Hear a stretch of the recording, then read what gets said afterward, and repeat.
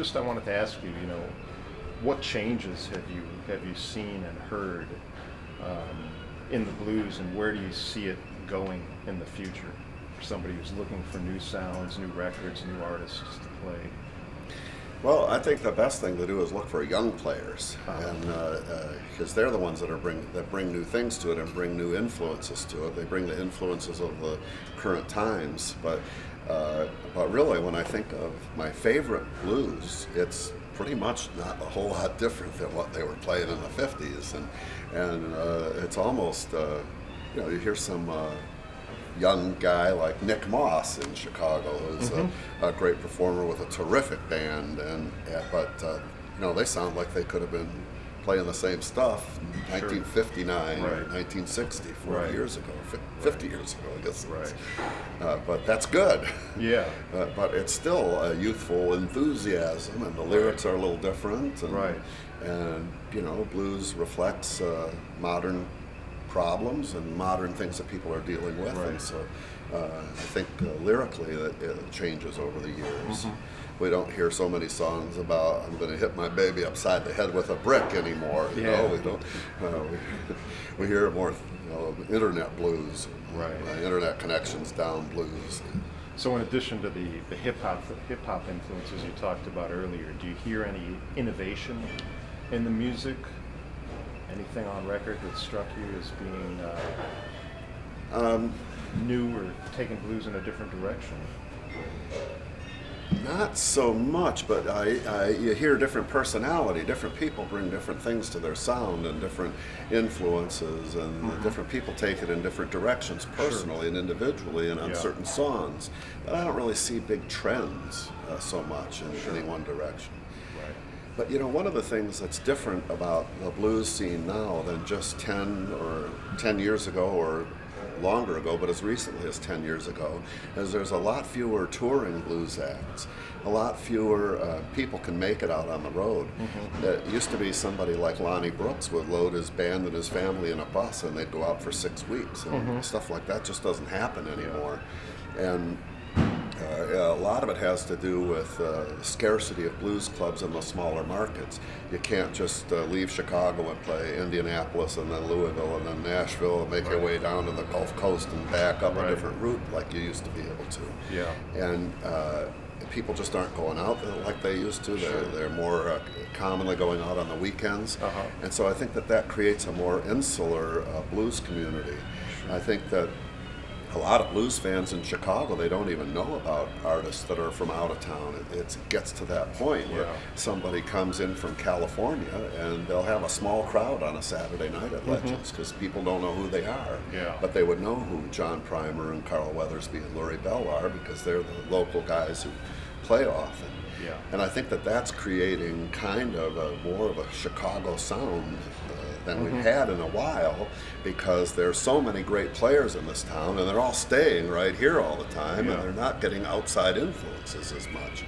So I think that the California kind of blues and the southern blues, there's a lot of blues from Florida and stuff, and, is sounding different than the Chicago blues these days.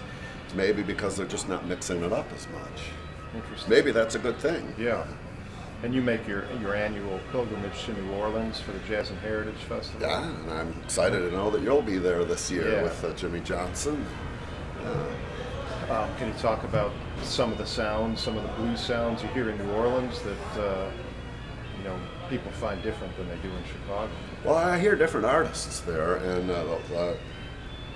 you know, at the Jazz Fest, they come from all over, but what I really like is the New Orleans guys themselves. And there again, it's a real insulated town that, you know, there's so many tourists. It's such a tourist-driven business in New Orleans that somebody comes from Chicago, goes down to New Orleans, they want to hear a New Orleans act at the clubs that they're going to. And so those guys, they don't have to be paid as much as a Chicagoan would have to be paid to travel to New Orleans to play, and with the extra expenses that they have. So there again, it's another little insulated community. And what they have is this funk. Everything's funkier down there. It's just fantastic. And another thing that's different, if you look at this club here, all right up by the stage are all the seats. So that's the prime spot. Everyone wants to sit right up close to the stage. But in New Orleans, there aren't seats by the stage. That's where you dance, and people dance at every show. Yeah. And that gives a whole different feeling, and it emphasizes the rhythm more. And Yeah. so I love that about New Orleans. I love the New Orleans music. Great. I wanted to ask you what you thought of the changing nature of the record business, being a DJ who spins records, and with downloads and MP3 sales skyrocketing and album sales going down. Could you comment on your take on the record business, how it's affected? It seems kind of two-sided. In one way, it's so much easier for somebody to make their own CD. Yeah. Someone can make a nice sounding CD with a nice cover, and maybe hire an independent promoter who can do a certain amount of promoting, and they can get a record out there a lot more easily. At the same time, there's just almost no major label interest in the blues anymore, where there had been for a while, especially Stevie Ray Vaughan and Robert Cray were real hot. Record company scouts were out looking for the next Stevie and the next Robert, you know, but they aren't looking for them anymore. So I think it's really tough to get a really good record deal, but it's a whole lot easier to have a decent CD out there. It's just, you know, a question of who hears that CD and how can you get the word out about it. Right. And I mean, with satellite radio and internet radio growing immensely lately. Do you have any interaction with that? Do you do any guest spots with anything in there? I haven't, no. I've talked to people who, you know, I'm a friend, I like to consider myself a friend of Shamika Copeland's, and she had a show on a satellite for a while, and I've met Bill Wax, who runs a satellite radio program with Bluesville, and I know people who have programmed blues channels that show up on cable TV. And, it's a whole different kind of animal, that kind of programming, and you know, when you're programming for a national audience, it's quite a bit different, and also it's different when you do it 24 hours a day, 7 days a week instead of an hour a week. It's a whole different approach that you take to it. Right. I'm not sure just how popular those are or what. I know that you know, the blues channels on the satellite, I don't think reach many new fans. I think they're already blues fans that tune in there. Right. And I like to think that we're trying to, you know, there's got to be a pretty high percentage of people that listen to my 1 hour blues show on WXRT, the rock station, just because they got in their car, they turned on the car, and it's the time of day and the day of the week when I'm on. Yeah. But I think that's really valuable to try to reach those people. Yeah, definitely. I had a friend that worked at a station in another town, Washington, D.C., and it was going to be kind of a classic rock sort of a format.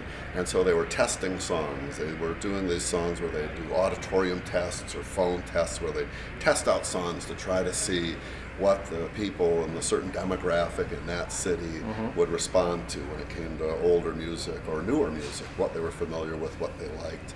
And this friend was a bit of a blues fan. He just threw in a Muddy Waters song, you know. He threw in Mannish Boy into the mix. And it came out with a really high score, which just goes to show you, you know, if people hear it, they like it. And so that station used to play a little Muddy Waters once in a while. Right on. Tom, you've been a regular, you've been a fixture at the Chicago Blues Festival in Grant Park as an MC for a number of years. It's the largest free blues festival in the world. Can you talk a little about your experiences with the Blues Fest and some of the artists you've met? Well, you know, when I first started doing it, and still to this day, one of the highlights for me is that I get a free dinner pass. So, you know, there's the stage, and then down below in the basement, there's this big room, and they have big long tables, and you get some fried chicken or some spaghetti or whatever, and you sit around with all the artists. And I just sit there and try to be quiet and listen to them all talk. And, you know, Willie Dixon used to come there every year. John Lee Hooker was through there. I mean, all kinds of great players. Robert Jr. Lockwood was there a number of times. And I played with him in '93 on the main stage. And then I see all the shows, but I see them from where the sound isn't any good. I'm off to the side, I'm kind of behind. But it works out great when I'm, like, say, right behind the Rayettes during a Ray Charles show or something. It's a good perspective sometimes. I was there too, Did you ever get to meet B.B. King or interview him? I did. I've met him a couple of times. I met him a number of times and interviewed him once. One of my favorite B.B. King shows was WXRT did a New Year's Eve show one year, a number of years back now, but we did it at the big main train station in Chicago, Union Station. So in the grand hall of Union Station, we had it all decorated and cocktail bars and big stage, and Sonny Landreth was playing with John Hyatt as the opener, and then B.B. King was the headliner. And my boss and I, my program director, Norm Weiner, and I went backstage before the show. We managed to talk them all into agreeing to play together. Right. So after John did his show with Sonny Landreth, there was a little mid-set where B.B. and John Hyatt and Sonny Landreth were all sitting on chairs playing. Really the most amazing part to me was how well John Hyatt kept up with those guys, because he turns out to be a pretty darn good guitar player himself. Wow. And but then B.B. did the countdown to New Year's Eve, and you know, I'd been on stage kind of dancing behind the speakers all night, so I went out and did the countdown with them, and then when it got to be midnight, B.B. King and Tom Marker had a big hug. Oh wow! So I was kind of missing my wife down in the audience, but I knew this was that was a special New Year's Eve countdown. Talk about a champion of the blues. Oh, B.B. is amazing. Yeah. Still touring in his is he mid 80s now? Mid 80s, 82 or 83 now. I remember asking him one night about, he tours so much, and I said, where's home now? And he said, home's here. I said, here in Chicago? No, here on the road. Yeah. Oh, nothing in the fridge at his house. He's not there very often. But he's the kindest, most the greatest gentleman you could ever meet. And the problem is there's so many people that want to meet him. There's a little extra security at a B.B. King show. And it seems like he's got a lot of family around too, or people say they are.